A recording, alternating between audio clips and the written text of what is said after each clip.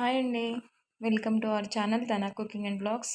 మీరు కనుక నా ఛానల్ని ఫస్ట్ టైం చూస్తుంటే ప్లీజ్ లైక్ చేయండి, షేర్ చేయండి, మన ఛానల్ని సబ్స్క్రైబ్ చేసుకోండి. వెళ్ళే ముందు ఒక లైక్ ఇచ్చి వెళ్ళండి ఫ్రెండ్స్. ఈ వీడియో పూర్తిగా చూడండి. ఎంతో టేస్టీగా ఈ కోడిగుడ్లో మునక్కాయ పులుసుని ఎలా ట్రై చేయాలో చూసేద్దాం, వచ్చేయండి. ముందుగా కోడిగుడ్లని సాల్ట్ వేసుకొని ఒక 15 మినిట్స్ పాటు ఉడకబెట్టుకొని పక్కకు పెట్టుకోండి, పొట్టు ఒలిచి. నెక్స్ట్ బాండీలో ఆయిల్ వేసుకొని ఆయిల్ హీట్ అయిన తర్వాత కోడిగుడ్లని చిన్న చిన్నగా కాటులు పెట్టుకొని కొంచెం ఉప్పు పసుపు వేసి బాండీలో ఆయిల్ హీట్ అయిన తర్వాత బాండీలో వేసేసుకోండి. నెక్స్ట్ అదే బాండీలోకి కొంచెం ఆయిల్ వేసుకొని ఉల్లిపాయలు, పచ్చిమిరపకాయలు అండ్ కరివేపాకు కూడా వేసుకొని చక్కగా ఫ్రై అయ్యేంత వరకు ఫ్రై చేసుకోండి.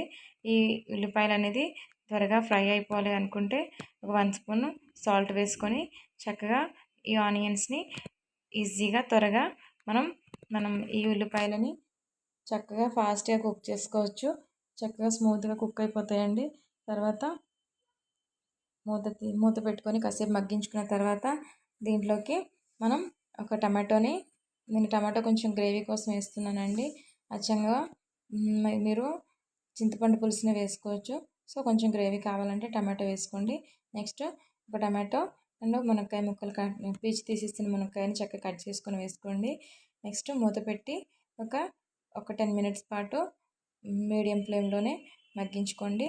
దాంట్లోకి ఒక 1/2 స్పూన్ పసుపు, ఒక 2.5 స్పూన్స్ కారం, రుచికి సరిపడా సాల్ట్ కూడా వేసుకొని చక్కగా దాన్ని అటు ఇటు కలుపుకున్న తర్వాత కొంచెం ఆయిల్ పైకి తేలేంత వరకు, ఆయిల్ పైకి తేలడం దేనికంటే కారం పచ్చివాసన పోయినప్పుడు ఈ ఆయిల్ అనేది పైకి తేలుతుందండి. కొన్ని టిప్స్ పాటిస్తే మాత్రం కర్రీ అద్భుతంగా చాలా టేస్టీగా కుదురుతుంది.